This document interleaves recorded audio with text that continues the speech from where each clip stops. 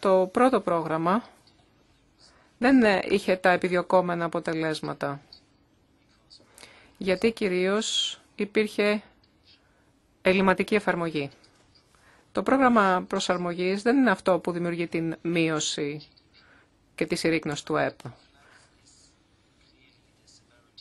Δείχνει απλώς την σοβαρότητα των μακροοικονομικών ανισορροπιών που έχουν συσσωρευτεί επί σειρά ετών στην Ελλάδα. Και αυτό δεν μπορεί να διορθωθεί μόνο σε λίγους μήνες.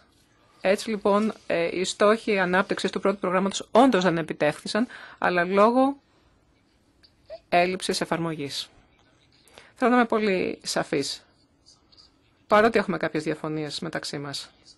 Το PSI έγινε στην Ελλάδα και είναι μια μοναδική προσπάθεια, ένα μοναδικό πείραμα. Δεν έχουμε σκοπό να το ξανακάνουμε. Το λέω ξεκάθαρα. Ήταν μια μοναδική απόπειρα, ένα μοναδικό πείραμα και δεν έχουμε σκοπό να το επαναλάβουμε. Ακούστηκε μια ερώτηση ειδικού ενδιαφέροντος για την ΕΚΤ, για την Ελλάδα και την πιθανότητα να φύγει από το ευρώ. Είπα στην εισαγωγική μου παρέμβαση ότι έχουμε το σαφή σκοπό να κρατήσουμε την Ελλάδα εντός του ευρώ, εντός της ευρωζώνης, και αν αυτός είναι ο σκοπός μας, τελικά απόκειται στις ελληνικές αρχές και στον ελληνικό λαό να το αποφασίσουν. Υπάρχει ένας τρόπος να παραμείνουν εντός του ευρώ. Το συζητήσαμε. Η περαιτέρω εσωτερική υποτίμηση. Αυτό έχει να κάνει με το κόστος το μισθολογικό, το κόστος των μισθών. Είναι ο μόνος τρόπος με τη μεταρρύθμιση της αγοράς εργασίας μαζί με άλλες μεταρρυθμίσεις που ανέφερε ο Τόμσον στην πρώτη παρέμβαση, γιατί το θέμα δεν είναι μόνο το κόστος εργασίας, υπάρχουν και άλλες μεταρρυθμίσεις. Χρειαζόμαστε να κάνουμε όμως μια ουσιαστική εσωτερική υποτίμηση, ούτως ώστε να ανακτήσει η Ελλάδα την ανταγωνιστικότητα εντός της ζώνης του ευρώ. Αυτός είναι ο βασικός στόχος.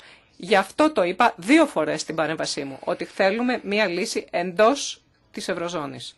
Γιατί αν μια χώρα από την ευρωζώνη, αυτό θα έχει άπειρους κινδύνους ό,τι αφορά την χρηματοπιστωτική σταθερότητα της ευρωζώνης συνολικά.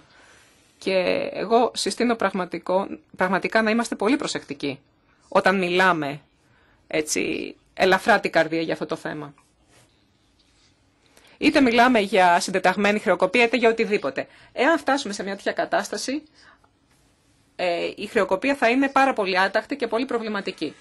Και γι' αυτό το πρόγραμμα έχει το βασικό στόχο να κρατήσει την Ελλάδα εντός της Ευρωζώνης, ούτως ώστε να διασφαλιστεί η χρηματοπιστωτική σταθερότητα στην Ευρωζώνη εν γέννη. Ευχαριστώ.